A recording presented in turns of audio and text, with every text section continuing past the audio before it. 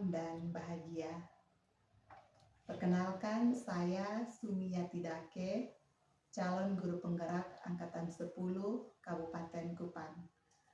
Pada kesempatan yang berbahagia ini, saya akan melakukan coaching untuk supervisi akademik bersama dengan rekan sejawat saya, Bapak Andronikus Polin. Kami akan melakukan percakapan pra-observasi di SMA Negeri 1 Kupang Barat. Terima kasih. Salam. Selamat pagi Pak Andro. Selamat pagi Bu. Ya, bagaimana kabarnya hari ini Pak? Kabar saya baik, sehat. Ya, luar biasa, puji Tuhan. Pak Andro, pada kesempatan ini saya ingin berbincang-bincang dengan Pak terkait dengan rencana observasi pembelajaran di kelas. Ya, ada beberapa pertanyaan yang ingin saya tanyakan pada Bapak terkait dengan proses observasi di kelas. Ya, yang pertama, materi apa yang akan Bapak sampaikan pada kegiatan observasi di kelas? Baik, terima kasih. Materi yang akan saya sampaikan di kelas pada hari ini itu terkait dengan pengertian dan sifat-sifat dari eksponen. Ya, luar biasa. Pengertian dan sifat-sifat dari eksponen. Apa tujuan dari pembelajaran tersebut, Pak? Tujuan dari pembelajaran yang akan dilakukan itu peserta didik tentunya dapat menjelaskan pengertian dari eksponen dan menggeneralisasi sifat-sifat dari eksponen. Iya, menjelaskan pengertian eksponen dan menggeneralisasi sifat-sifat. Ya, area pengembangan yang hendak Pak Andro capai dari kegiatan pembelajaran di kelas ini apa? Oke, baik. Area pengembangan yang ingin saya capai di kegiatan pembelajaran hari ini itu adalah siswa harus mampu melakukan budaya positif di kelas, dan siswa juga harus aktif selama kegiatan pembelajaran. Ya, dari dua area pengembangan ini yang ingin Pak fokuskan adalah apa? Yang lebih saya fokuskan itu tentang keaktifan siswa di kegiatan pembelajaran. Oke, baik. Terkait dengan keaktifan siswa di kelas, kira-kira strategi apa yang Pak Andro gunakan untuk bisa meningkatkan keaktifan siswa di kelas? Strategi yang saya gunakan itu model belajar yang akan saya gunakan itu adalah pembelajaran discovery learning dengan metodenya itu ceramah, tanya jawab, diskusi, dan presentasi. Ya, model discovery learning dengan metodenya ada diskusi, tanya jawab, presentasi. Sangat luar biasa sekali ya Pak. Yang terakhir ya Pak. Yes. Apa harapan Bapak terkait dengan observasi yang akan kita lakukan bersama di kelas? Harapan saya dengan observasi ini kiranya pembelajaran hari ini dapat berjalan sesuai dengan berjalan dengan baik dan sesuai dengan apa yang diharapkan. Saya juga berharap kiranya dalam pembelajaran ini siswa-siswa peserta didik dapat berperan aktif dalam kegiatan pembelajaran sehingga tujuan pembelajaran yang ingin kami capai dapat tercapai dengan baik. Ya, luar biasa sekali harapan Pak Andro untuk peserta didik ya Pak ya. Oke, baik, terima kasih. Kita sudah melakukan percakapan pra-observasi dan kita akan melakukan observasi. Setelah kita melakukan observasi, kita akan kembali untuk berbincang-bincang terkait dengan observasi dalam percakapan pasca observasi. Terima kasih banyak Pak Andro. Selamat pagi. Selamat pagi. Ya. Hormat. Selamat pagi Pak Ibu.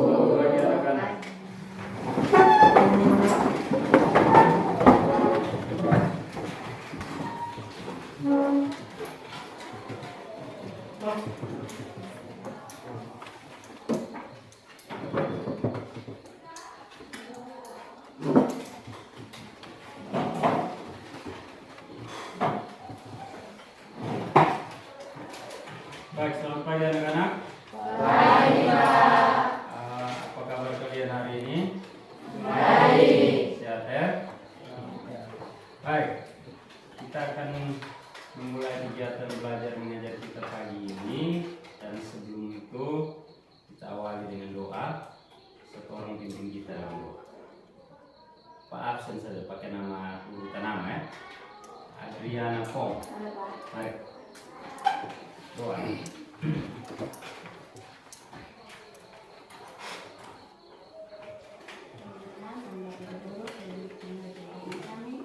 Mari kita mengucapkan nama berdoa.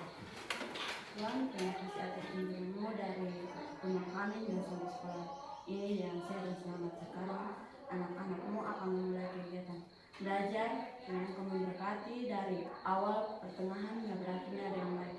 Amin doa dan harapan kami Tuhan. Amin. Terima kasih. Baik, sebelum kita mulai, kita harus memastikan bahwa kita punya keadaan kelas, ruang belajar dalam keadaan bersih.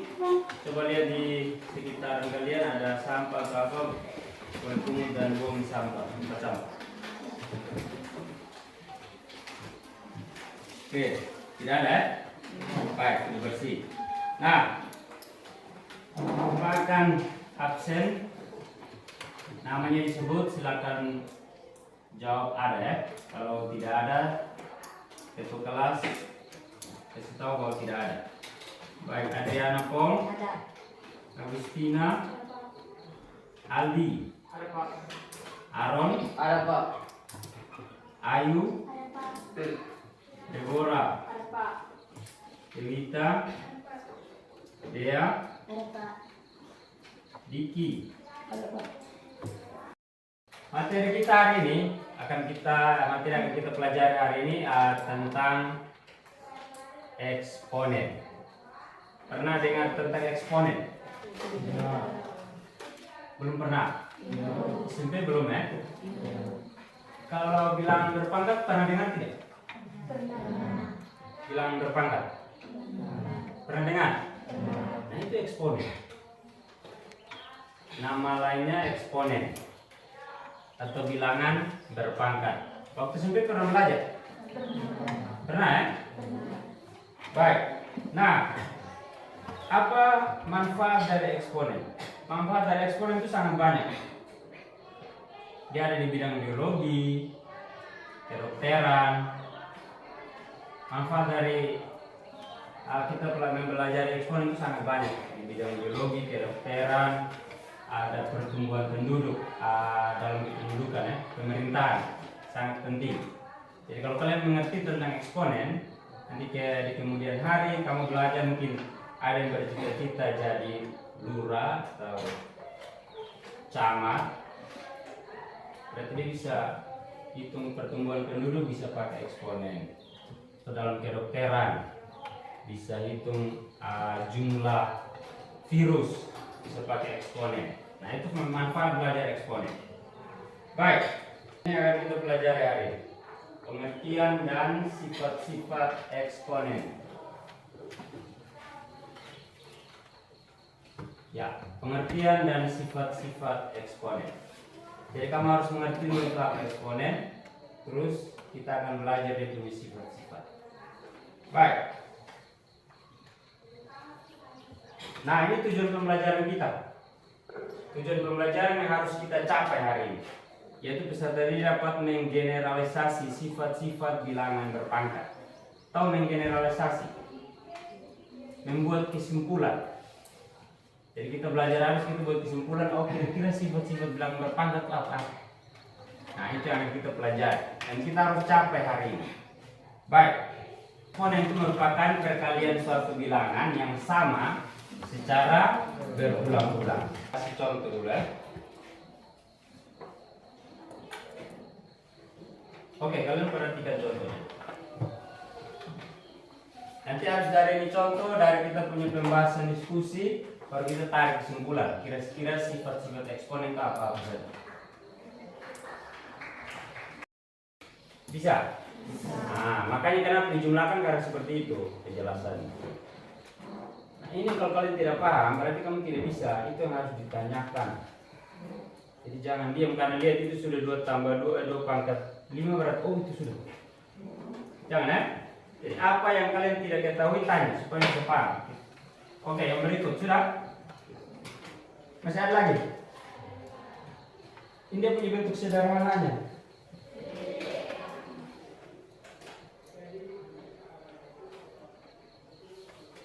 Ya, kalau dia pembagian berarti pangkatnya diapakan tuh?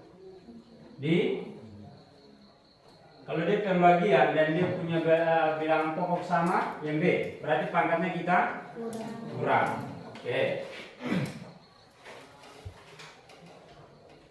Nah, kalau dia yang C itu dia pangkatnya pecahan. Kalau pangkat pecahan tapi dalam bentuk perkalian, berarti sama seperti yang pertama ya. Dia kalau perkalian berarti dia punya pangkatnya kita apakan? Kalau perkalian, pangkatnya kita jumlahkan. Kalau pembagian, pangkatnya kita kurang. Yang C itu sama, hanya dia punya pangkatnya bentuk pecahan ya. Tetap dijumlahkan. Yang D, kalau dia pangkat lalu dipangkat lagi, berarti pangkatnya kita kali.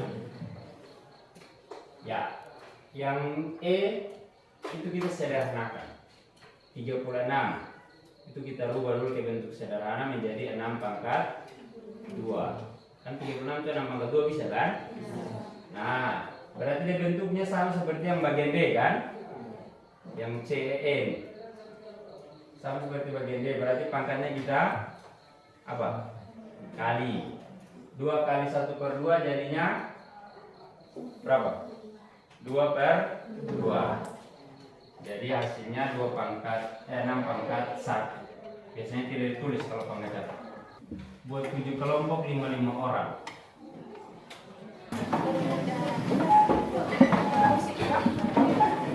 Dari video atau dari penjelasan dia sudah bisa mengerti.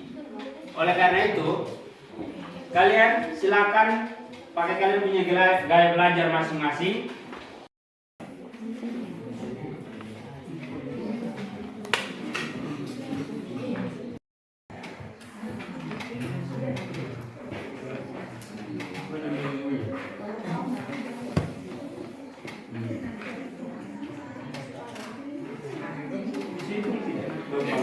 Berapa 3/12?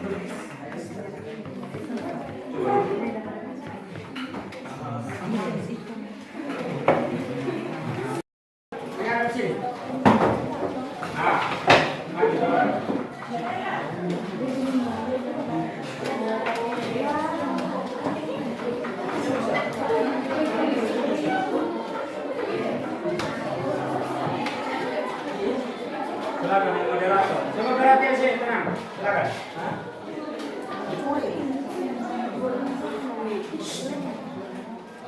Selamat pagi, Bapak Ibu guru dan teman-teman semua. Perkenalkan kami dari kelompok 4 akan mempresentasikan hasil diskusi kami yang akan disampaikan oleh teman kami Nipi Ani. Di sini hanya bilang 2 pangkat 3 dikali 3 pangkat 2. Jadi setiap bilangan yang dipangkat dan dipangkat lagi, maka bilangan itu harus dikalikan. Jadi 2 dipangkat 4 jadi 2 pangkat 4 dikali 3 yang ini. Jadi 4 dikali 3 yang dipangkat itu. Dikali lagi 3 yang ini dalam kurung 6 dikali 3 per 2 pangkat itu dikali dengan pangkat yang ini. Jadi 2 pangkat 3 dikali 3 dikali 3 pangkat 2 yang ini dikali pangkat yang ini 3. Jadi 2 pangkat 12 didapat dari 2 dikali 4. 2 pangkat 4 kali 3 kali 3 sama 15 dikali 3 pangkat 18 didapat dari 3 pangkat 6 dikali 3 sama dengan 18 per 2 pangkat 9 didapat dari 2 di pangkat 3 dikali 3 sama dengan 2 pangkat 9 dikali 3 pangkat 6 didapat dari 3 pangkat 2 dikali 3. Jadi hasilnya 3 pangkat 6. Nah, di sini ini nih terus buatkan penyebut. Di sini 2 pangkat 12 ini dikurang dengan 9, jadi 2 pangkat 12 kurang 9 dikali 3 pangkat 18 dikurangi 6 ini. Jadi hasilnya adalah 2 pangkat 3 didapat dari 2 pangkat 12 dikurangi 3 sama dengan 3. Jadi 2 di pangkat 3 kali 3 pangkat 12 didapat dari 3 pangkat 14 dikurangi 6 hasilnya 12.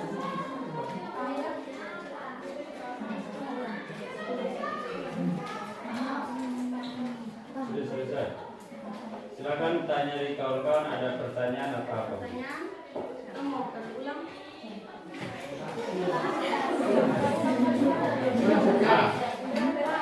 Devi, berdirinya di sebelah sana. Berdirinya di sebelah sana. Supaya jangan panas. Kamu penjelasannya menghadap ke kawan. Oke. Nah, yang kita soalnya dibilang 2 pangkat 4 kali 3 pangkat 6 per 2 pangkat 3 dikali 3 pangkat 4. Jadi di sini bilangan pokoknya kan berbeda. Jadi betul harus kali keluar yang pertama. Nah, setiap bilangan yang dipangkatkan jika dipangkat lagi maka bilangan tersebut harus dikalikan. Jadi 2 dikali 2 pangkat 4, jadi bilangan yang pangkat ini harus dikali lagi dengan bilangan pangkat yang di luar. Jadi 2 pangkat 4 dikali 3, ke situ 3 pangkat 6 nih, jadi dikali lah maka 3 pangkat 6 dikali 3. Terus 2 per 2 pangkat 3 yang ini dikali dengan 3 yang ini, jadi 2 pangkat 3 dikali 3 kali dengan 3 pangkat 2 nih dipindahkan ke sini jadi 3 pangkat 2 dikali 3. Nah terus dari bawah jumlahkan lagi di sini. Nah 2 ini dia ditulis di sini, di situ 4 kali 3 sama dengan 12. Jadi 2 pangkat 12 dikali 3 pangkat 6 kali 3, jadi 6 kali 3 12, jadi 3 di pangkat 18. Kemudian per 2 pangkat 9 itu dapat dari 2 yang ini nih. Nah, 2 pangkat 3 dikali 3, 3 dikali 3 9, jadi 2 pangkat 9 dikali 3 pangkat 2 dikali 3, 2 kali 3 6, jadi 3 pangkat 6. Kemudian 2 yang ini ke sini. Nah, ini didapat dari 12 dikurangi 9 ini. Jadi 2 pangkat 12 kurang 9 dikali 3 yang ini dipindahkan ke sini. Kemudian dipangkat yang 18 dan 6 maka dikurangi. Jadi 18 3 pangkat 18 dikurangi 6 yang ini. Kemudian jadi hasilnya 2 pangkat 12 kurang 9 hasilnya 3. Jadi 2 pangkat 3 dikali 3 16 kurang 18 kurang 6 hasilnya 12. Jadi 2 pangkat 3 dikali 3 pangkat 12. Kalau melanjut ke bentuk sederhana ya seperti ini. Kalau 2 pangkat 3 berarti 2 dikali 2 dikali 2 sebanyak 3 kali. Sama juga dengan yang 3 pangkat 12. Jadi hasilnya ini. Paham? Silakan, ada pertanyaan? Ada yang mau bertanya silakan. Tidak, pas. Oke, kita kasih tepuk tangan untuk kalau mau bertanya. Ya, penjelasannya bagus, jelas. Tapi Pak Keren sedikit. Kalau lain kali tujuh tetap saja, jangan goyang ini. Kayak misalnya 2 pangkat 4 ya tunjuk di sini dulu, jangan goyang begini. Nanti orang bingung ini mana. Oh 2 pangkat 4, 2 pangkat 4 yang ini dikali dengan 3 ini. Nah gitu. Tahan dulu, jangan goyang. Oke, baik, kita bagus. Baik, silakan dulu. Oh, masih silakan. Oke, demikian presentasi dari kami. Sekian dan terima kasih. Salam.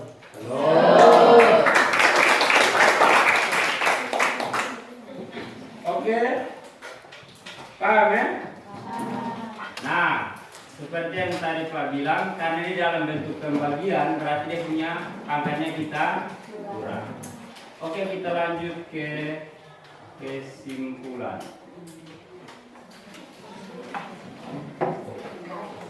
Nah, ini yang tadi itu Pak bilang apa? Mengeneralisasi sifat-sifat eksponen. Kita mau cari sifat eksponen. Tadi itu dari contoh, dari soal yang kalian kerja.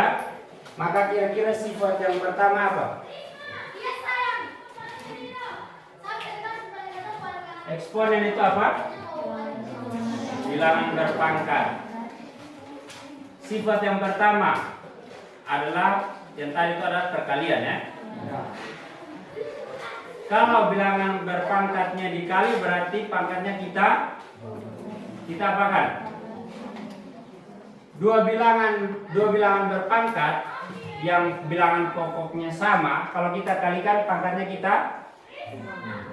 diapakan?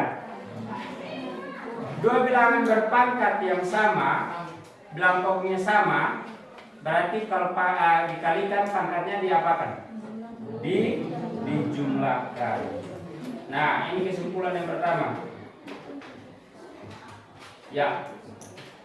Bilangan pokoknya sama. Ini contoh A nih. Ini A. A pangkat N kali A pangkat N. Bilangan pokoknya sama kan? Maka karena dia dalam bentuk perkalian, ini lihat perkalian ya. Berarti pangkatnya kita jumlah. Bilangan pokok sama, pangkat dia perkalian berarti pangkatnya kita jumlah. Yang kedua, bilangan pokok sama A. Dia dalam bentuk pembagian. Berarti pangkatnya kita kurang. Jadi kalau perkalian pangkatnya jumlah, pembagian pangkatnya kurang. Oke. Yang berikut, bilangan berpangkat dipangkat lagi. Berarti pangkatnya kita kali. Ingat ya? Yang berikut, kalau A kali B dipangkatkan N, berarti bisa kita jabarkan. Artinya ada dua bilangan berpangkat, bilangan pokok yang beda, A dengan B. Keduanya dipangkatkan N, berarti bisa kita jabarkan menjadi A pangkat N kali, titik ini kali ya, B pangkat N. Bisa kita jabarkan. Seperti yang tadi itu, 2 pangkat berapa? 4 kali 3 pangkat berapa tadi soal? 3 pangkat 6. Lalu dipangkat 3 lagi kan? Kita bisa jabarkan pangkat 3-nya masing-masing. Begitu juga dalam bentuk pembagian ya. Bisa kita jabarkan A per B pangkat N. Bilangan pokoknya beda, tapi masing-masing dipangkatkan dengan N, berarti bisa kita jabarkan A pangkat N per B pangkat N. Baik. Berikutnya, kalau dipangkat pecahan, ini hanya penjabaran. Penjabaran dari sifat yang pertama. Bilangan pokok sama bentuk perkalian berarti dia dijumlahkan. Walaupun pangkatnya dalam bentuk pecahan. Bisa paham? Jadi pecahannya itu dijumlahkan. Begitu juga bentuk seperti ini. Nah, yang terakhir, A pangkat 0, ingat A pangkat 0 itu sama dengan 1. Semua yang dipangkatkan dengan 0 sama dengan 1. Apapun itu yang dipangkatkan dengan 0 hasilnya 1. Sifat yang berikut, kalau dalam bentuk akar bisa kita rubah jadi bilangan berpangkat. Akar pangkat N dari A pangkat N, akar pangkat N dari A pangkat N bisa kita rubah ke dalam bentuk berpangkat menjadi A pangkat yang di dalam akar bagi pangkatnya akar.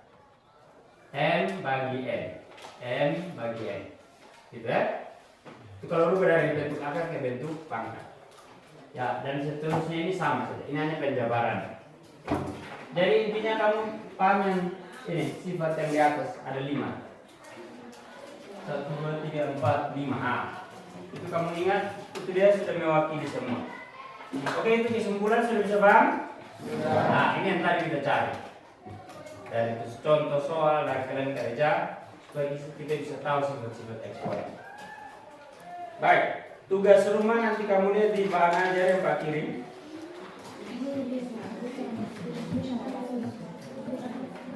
Oh ya, sebelum itu kita refleksi dulu bagaimana pembelajaran kita hari ini? Senang? Senang. Ada yang perlu dirubah? Tidak. Ada yang mau ditambah? Tidak. Usul dari kalian, misalnya kalian saya mau begini Pak. Nah, usul supaya kita refleksi, namanya refleksi. Jadi bukan hanya Pak yang nilai kalian, kalian juga nilai Pak, supaya ke depan dia lebih bagus. Jadi mau begini? Senang ya? Senang, Pak. Baik, kita kasih tepuk tangan dulu untuk itu. Nah, tugas rumahnya itu di halaman yang sampai nanti wordnya lihat bagus tidak di kalian punya itu. Kalau tidak bagus nanti Pak baru kirim yang PDF saja. Halaman sabar Pak lihat sabar halaman.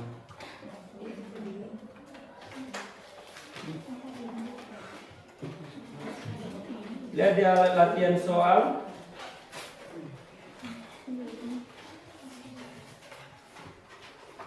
Latihan soal halaman paling terakhir. Di grup Pak sudah kirim materinya di grup. Di bahan ajar yang latihan soal nomor 2A dengan C. Latihan soal nomor 2A dengan C. Oke, dia pas screenshot saja. Latihan soal nomor 2A dengan C.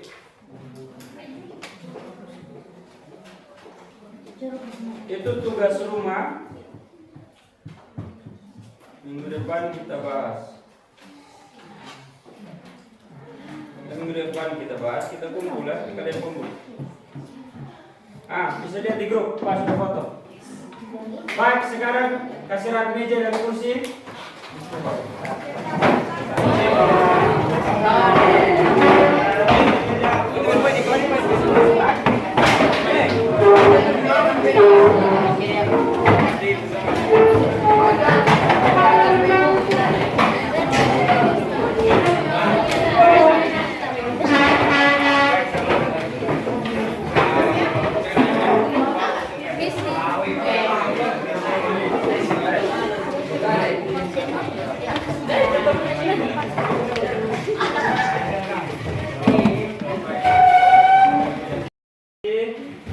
Silakan kumpul juga kerja tugas rumahnya baik-baik, kumpul nanti Pak ambil nilai tugas.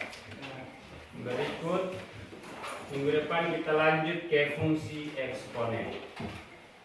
Baik, sekali lagi kita tepuk tangan dulu, kita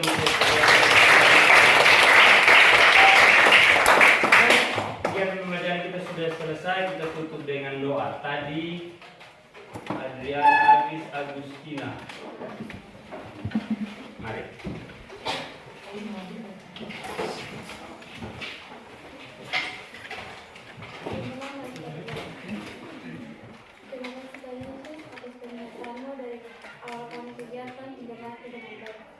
Sekarang kami akan melanjutkan dengan kegiatan kami yang lain. Tuhan tuntun kami dari awal ke tengah hingga akhir yang baik.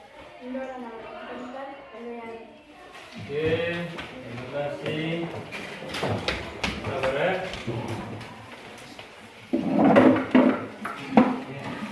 Nanti mejanya kasih, kalau di sini saja tinggal datang sini saja. Nanti untuk pakai taruh laptop dengan LCD ya. Baik. Baik.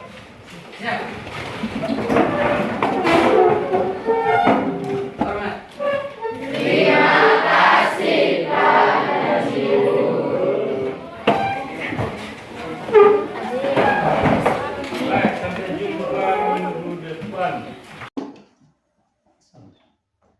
Selamat siang Pak Andro. Selamat siang Ibu. Ya. Baik Pak Andro, kita bertemu kembali dalam percakapan pasca observasi ya Pak ya. Kembali bersama saya Sumiati Dake, calon guru penggerak angkatan 10 Kabupaten Kupang, dan bersama kembali rekan saya Bapak Andronikus Polin. Baik Pak, kita akan melakukan percakapan pasca observasi ya Pak. Tadi Pak Andro sudah melaksanakan kegiatan observasi di kelas selama 2 jam pembelajaran. Bagaimana perasaan Pak Andro setelah melaksanakan kegiatan pembelajaran di kelas tadi?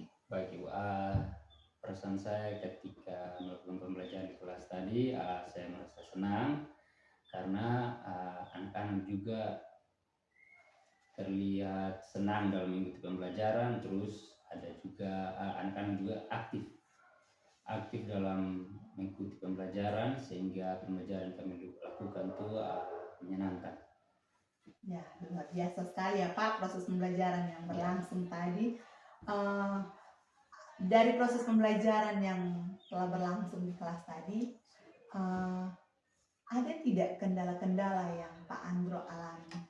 Baik, terima kasih. Baik, tadi kegiatan pembelajaran walaupun berjalan dengan baik, dengan siswa juga terlibat aktif, tetapi ada beberapa siswa yang masih ada beberapa kendala yang masih dialami siswa. Itu yang pertama, ada beberapa siswa yang terlihat kurang percaya diri, sehingga ketika pembelajaran berlangsung mereka terlihat masih bingung di materi yang dipelajari, tetapi tidak berani bertanya.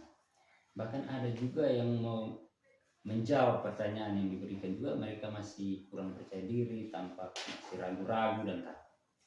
Nah, itu kendala yang saya temui tadi di kegiatan pembelajaran. Ya, baik Pak.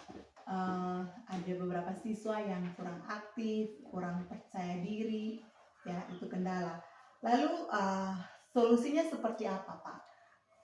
Solusinya mungkin setelah ini dengan kendala yang saya alami, saya mungkin akan melakukan